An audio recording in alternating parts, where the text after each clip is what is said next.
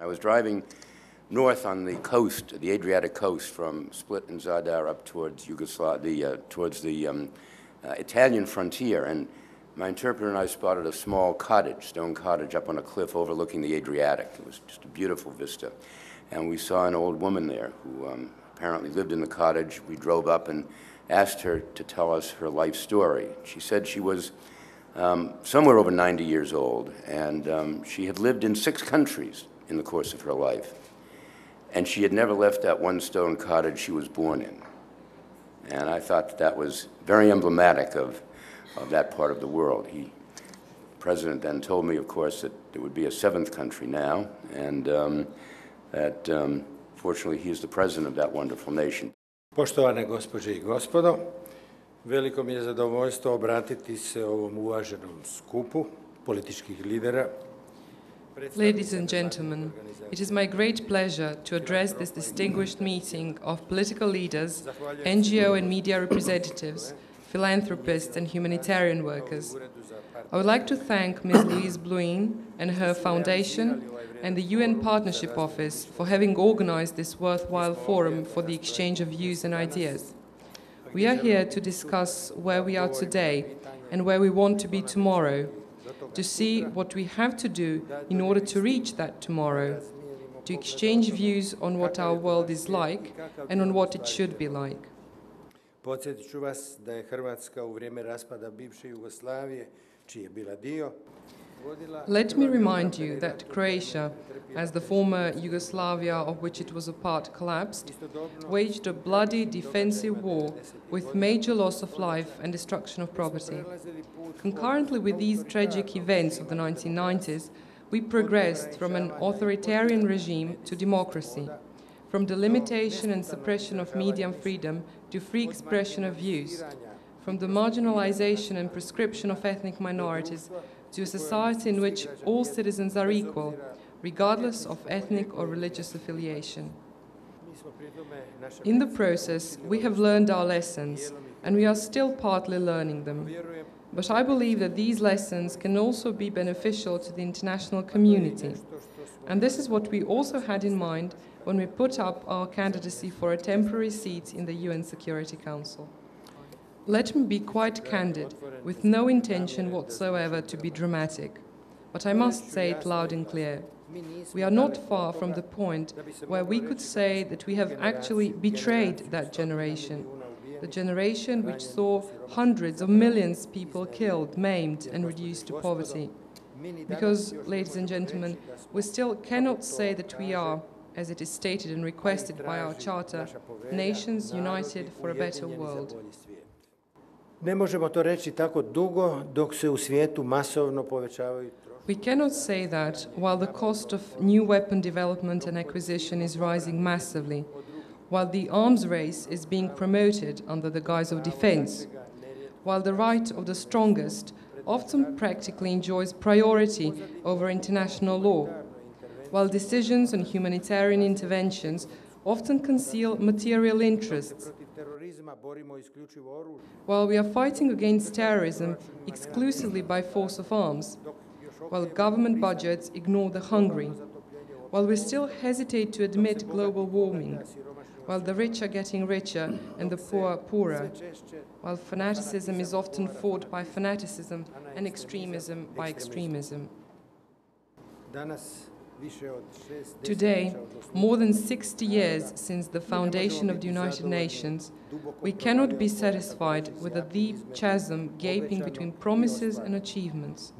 We cannot be proud of ourselves, knowing what an opportunity we faced as we stood on the ruins of the Berlin Wall. Ono što svima nama treba kako bismo se prilagodili novim realnostima, in order to adapt to new realities, but also to prove worthy of old promises, we all need, to put it simply, a domestication of foreign policy. And not only in institutional terms. I have in mind the need to adopt and implement the way of life we promote and foster in our countries, also in our relations with other countries.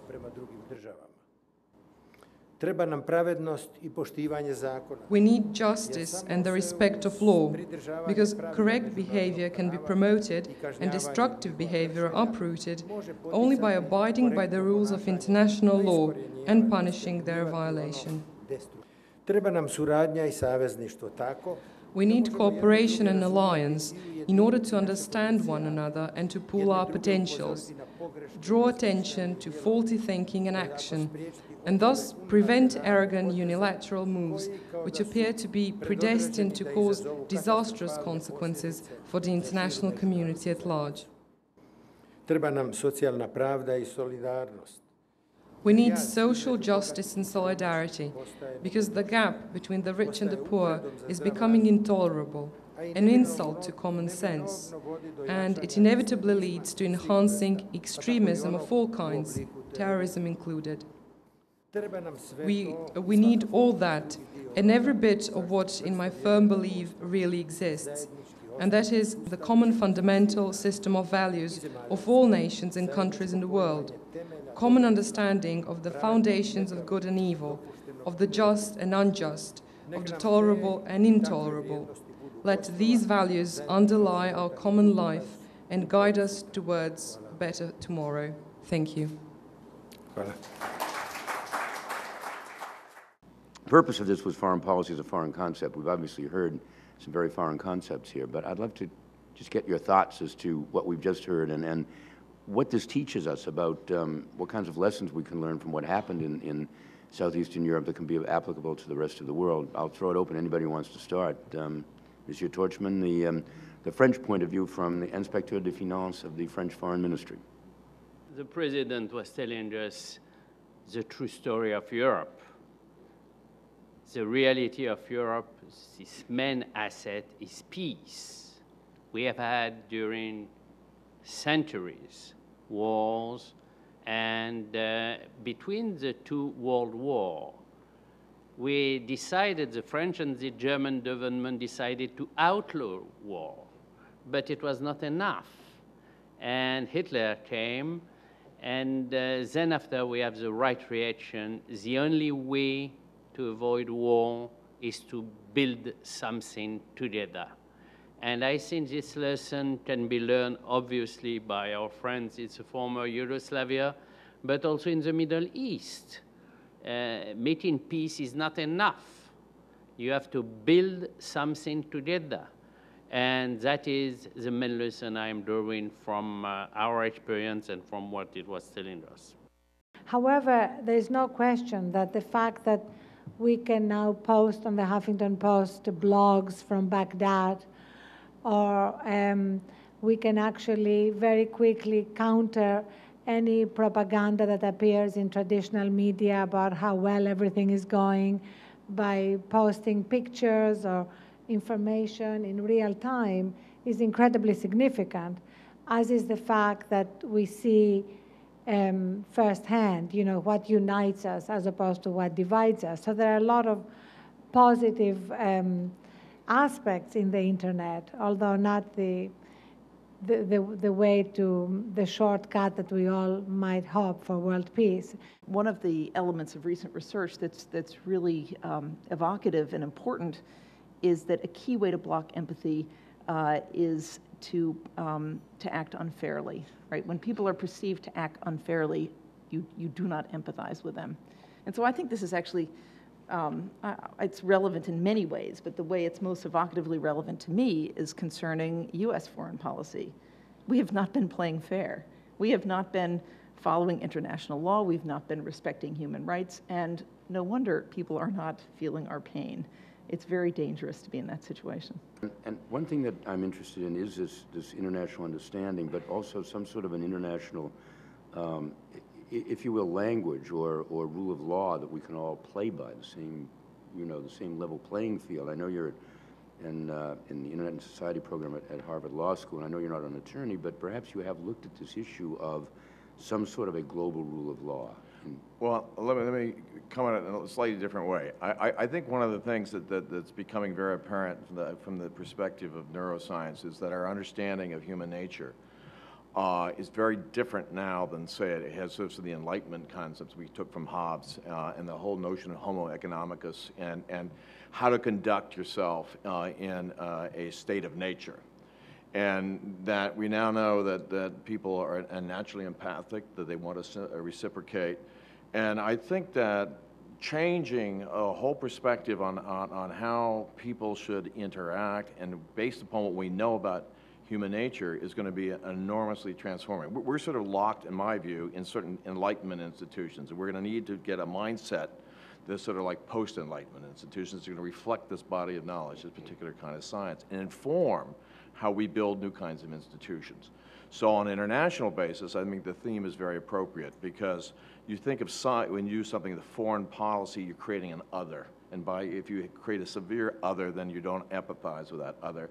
And there is the reflex then to say, well, then how do I discipline the other? And I discipline the other by sort of a tit-for-tat strategy, and I'd be able to then, and I can invoke in certain moral arguments, and therefore you're in a state of nature, and therefore violence is justified. And I think that we now know that there's so much interdependence that we cannot do that the weaponry being such as it is, it's sort of following a trajectory of Moore's law. Things are getting more lethal, more apparent. It's becoming a consumer durable. And so all our thinking, our conditioning, is going to have to give way to a new kind of thing. New kind of thinking, it's going to be more cooperative games than zero-sum games. Alan Goodman, and perhaps you could talk a little bit about whether peace and foreign policy can be learned or taught or what have you. Could we be taught to live in peace together? Needing more mutual understanding, whether it's the Fulbright program or the Erasmus program or the King Abdullah scholarships, whatever it is, we need to know more about each other, and that triggers the kinds of responses that both contribute to peace and empathy. And the three things that are really needed, an open mind. Does our educational system produce that about other cultures and other cultures we're worried about? Open to other cultures. Secondly, open information. We are infinitely safer and more secure if we have that, and the internet contributes in a major way more than any newspaper and any government does to that. And the third is open borders. You can't have mutual understanding if people can't cross borders, can't stay as a student or a scholar in another country for a significant period of time. And all of those things are, I think, going to be more important than ever before if we want to really have mutual understanding, not only in the countries we know well, but in the countries we need to know a whole lot better. The other point is that maybe we should do some preventive medicine. People, I don't think, are born terrorists. So we have to have a better understanding of their motivation. And nothing justifies violence, but we have to understand where they're coming from. And we're going to have a panel on the brain and the mind of the terrorist. How do we get them to become like that? Is it us? Is it them? Who is it? It can't all be them. I don't believe that we should not speak to some countries. I think dialogue is crucial. It's much easier to kill someone that you don't know than to kill someone that you know. Dialogue is essential, and it's with the patience of many politicians that China opened up with collaboration. Even if they didn't speak really the same language mentally or physically, they got along together and they worked together. And that's how China opened up.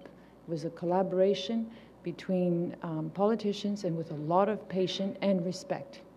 So I think coming back to culture for me is about the values, the belief and tradition. And it's not about changing everybody to be like us. It's not about that. Creativity is enhanced by our differences, not our common points. And that's very, very important. Okay, well, I think we have solved many of the problems of the world, certainly of Iraq, given the administration a good blueprint for going forward, and the rest of the world as well. So I think we have spent some good time in foreign policy as a foreign concept.